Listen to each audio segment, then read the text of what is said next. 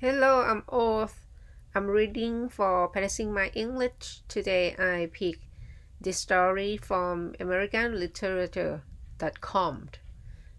The Dog by Banjo Paterson. This story is featured in our collections of dog stories. The dog is a member of society who likes to have his day's work and who does it more conscientiously. I'm so sorry if I'm reading this wrong, right? Conscientiously than most human beings.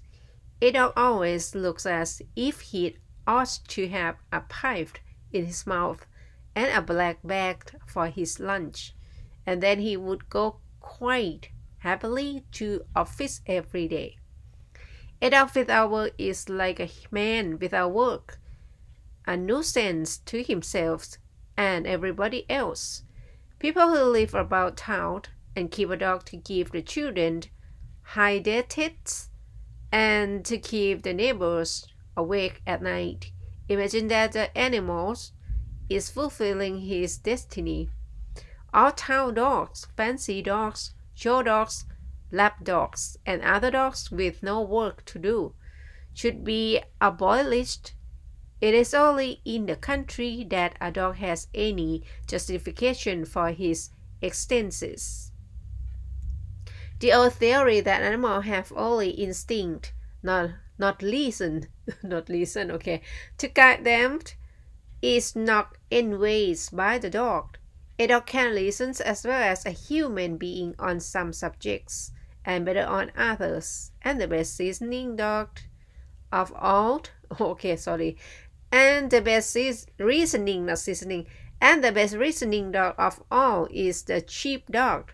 The sheepdog is a professional artist with a pride in his business.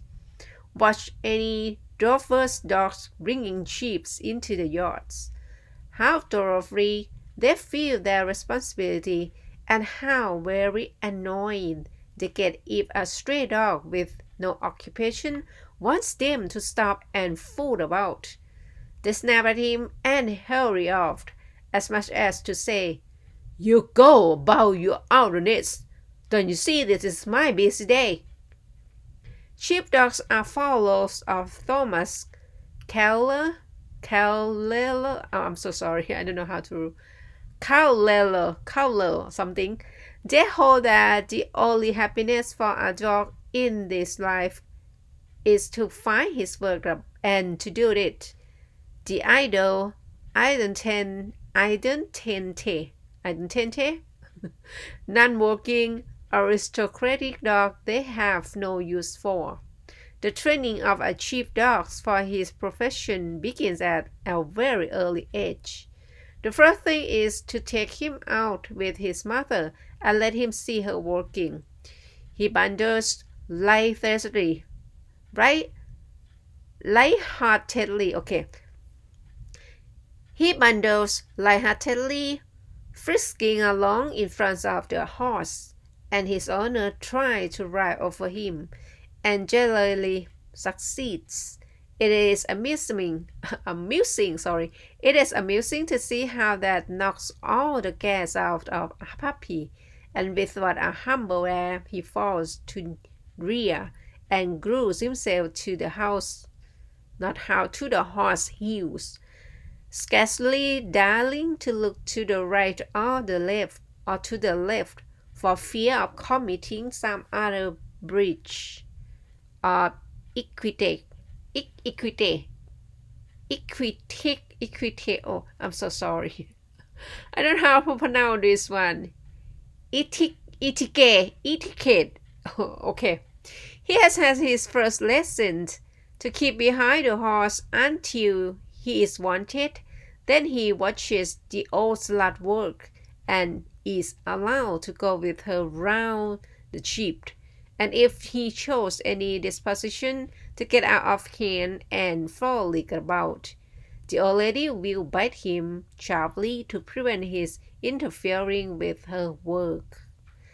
By degrees, slowly, like any other professional, he learns his business. He learns to bring sheep after a horse simply at a wave of the hand. to force the mob up to a gate where they can be counted or drafted, to follow the scents of lost sheep, and to drive sheep through a town without any master. One dog going on ahead to block the sheep from turning off into by streets, while the other drives them on from the rear. How do they learn all these things?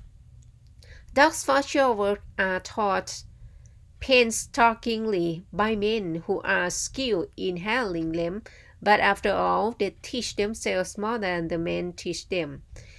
It looks as if the acquired knowledge of generations were transmitted from dog to dog. The puppy descended from a race of sheepdogs started with all his faculties directed towards the walking of sheep. He is half educated as soon as he is born. He can no more help working sheep than a born musician can help being musical, or a Hebrew can help gathering in shekels. It is bred in him. If he can get sheep to work, he will work a fold. Often and often, one can see a collie pup painstakingly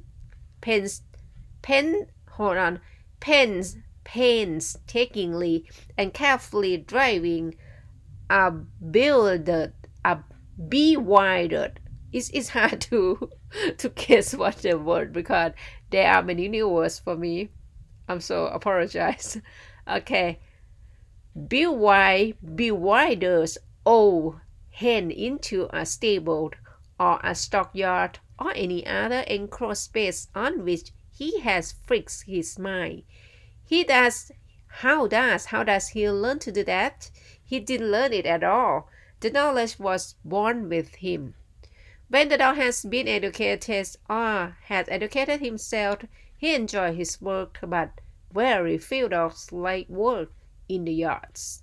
The sun is hot, the dust rises in clouds, and there is nothing to do but bark, bark, bark, which is all very well for learners and amateurs, but is beneath the dignity of the true professional sheepdog. When they are hoarse with barking and nearly choked with dust, the men lose their tempers. The men lost their tempers and swear at them and throw cold of earth at them and sing out to them, "Speak up, blast you!" Then the dogs suddenly decide that they have done enough for the day. Watching their opportunity, they silently steal over the fence and hide in any cool place they can find. After a while, the men notice that hardly any are left, and operations are suspended while great hunt is made into outlying pieces of cover, where the dogs are sure to be found lying low and looking as guilty as so many thieves. A clutch at the scruff of the neck, a kick in the ribs, and they are hauled out of hiding places and accompany their master to the yard, frolicking about and pretending that they are quite delighted to be going back, and only hid in those bushes out of sheer thoughtlessness. He is a champion. Hypocrite is the dog. Dogs, like horses, have very keen intuitions. They know when the men around them are frightened, though they may not know the cause. In a great Queensland strike, when the shearers attacked and burned Dagworth Shed, some rifle volleys were exchanged. The air was full of human electricity, each man giving out waves of fear and excitement. Mark now the effect it had on the dogs. They were not in the fighting, nobody fired at them, and nobody spoke to them, but every dog left his master, left the sheep, and went away to the homestead, about 6 miles off. There wasn't a dog about the shed next day after the fight. The noise of the rifle had not frightened them because they were well accustomed to that. The same thing happened constantly with horses in the South African War. A loose horse would feed constant, constantly, constant, hold on, contentedly, while our men were firing, but when our troops were being fired at, the horses became uneasy, and the loose ones would trot away. The excitement of the men communicated itself of them.